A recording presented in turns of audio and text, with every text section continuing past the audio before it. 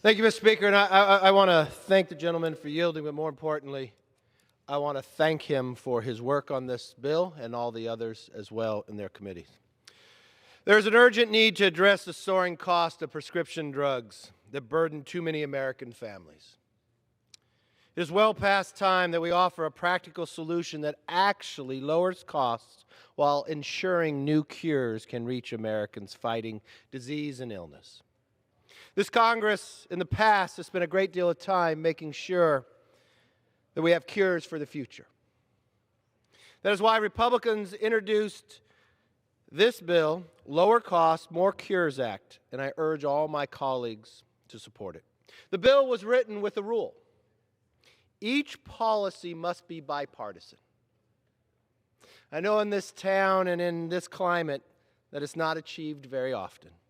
But for an issue as crucial as lowering the cost of prescription drugs for Americans, partisanship should be set aside. Later today, we will see which side and which bill is bipartisan. By drawing on the very best ideas, H.R. 19 makes crucial reforms that will lower out-of-pocket costs for Americans at drugstore counters. For seniors, it makes medication more affordable by capping their out-of-pocket costs. It increases the availability of generics and biosimilar drugs by prohibiting drug companies from delaying the start of their exclusivity period. It speeds up the FDA approval process. It provides greater price transparency by requiring insurance companies to make information about drug costs available in the doctor's office before a prescription is written. And for diabetics who have high deductibles and their plans, it allows insurance companies to cover the cost of insulin before meeting the plan's deductibility. While Republicans offer practical solutions, Democrats are catering to their progressive base by opening the door to a government takeover of our prescription drug market. Mr. Speaker, Speaker Pelosi's partisan plan, H.R. 3, would make our broken system worse by placing more barriers between Americans and their medication, including by reducing the number of new drugs in the market instead of helping them reach the patients. According to estimates from the Council of Economic Advisors, the Speaker's radical proposal could kill upwards of 100 new drugs over the next decade. Pause for one moment and think about that. 100 new drugs over the next decade will be killed by passing H.R. 3. That's a third of the total number of new drugs expected to enter the market during that time. Moreover, the Council estimates that H.R. 3 would reduce America's average life expectancy by 4 months. Nearly a quarter of the projected gains in life expectancies over the next decade. Seriously, because you want to appease the progressive base and have a partisan bill that denies us more cures and makes our life live less. But you'll achieve one goal today. You'll have one party vote for a bill that will not become law. But you'll appease a base with this and an impeachment. And it's not just the Council. The CBO reports that fewer drugs would be available because of the provisions in H.R. 3. The Democrats' plan is yet another example of how unnecessary government control harms the very people it claims to help. All of us have or know someone with a loved one who have fought a disease or an illness for which no cure has been found. Imagine how demoralizing it will be to cut off hope for a future cure. All of us have gone through this. My father never got to see the day I was elected because he lost his life to cancer. He battled it for 3 years.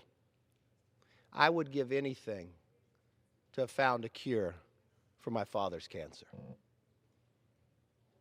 But it's not just his. If we delay one cure, that's one cure too many. The best way to lower cost is not to lose the cures, even the loss of one. Mr. Speaker, Americans want their government to put the best available ideas into action. They deserve solutions, not political posturing filled with empty promises. The saddest part of being today, we could have had prescription drug price even lowered on this floor earlier in this year. There was a window of opportunity, a moment in time where you did not see the partisanship that we see today. A moment in the Energy and Commerce Committee where every single Democrat and every single Republican voted on 3 bills to lower the price of prescription drugs. But as I learned as a child on Schoolhouse Rock, I'm just a bill on Capitol Hill, by the time it goes from a committee before it gets to the floor, it goes through leadership. And unfortunately for the Americans across this country, leadership changed that bill, not the members in the House. They changed that bill so when it came to the floor, it became partisan. And you know what? Our drugs were not lowered. That bill did not become law. And we're repeating the exact same thing today. You will have 2 choices. You'll have a choice of H.R. 3. Yes, had to be negotiated even this week with progressives on the other side to appease them, to make sure this was as partisan as can be. It won't become law. It'll be another talking point. In a moment of time to try to explain why you wasted a majority on just investigations. But you'll have another opportunity, a substitute. If you want to lower drug prices in 2019, vote for H.R. 19. You know why? Because every single provision in that bill is bipartisan. Can we not, with one issue, at one moment, in one time, put partisanship aside? Can we put people before politics? Can we expand our life expectancy? Can we cure 100 more cures? Can we do that? I know you might upset a few in your party, but think about how many more lives we will save. There is always a moment in time that I have hope that this Congress will rise and keep the promises that I heard before an election took place. That we would be different, that we would govern together, that we would find bipartisanship. Today on the floor, you'll have that window. You'll have a bill that has every single provisions. You'll have a report that says, no, we won't stop 100 new cures in the next decade. No, they'll give hope to the American public that there will be opportunity to cure a disease that you have today, and your life will live longer. And you know what? It's the only bill on the floor today that could become law. So if you want to make a real change, you have a voting card to do it, and I yield back.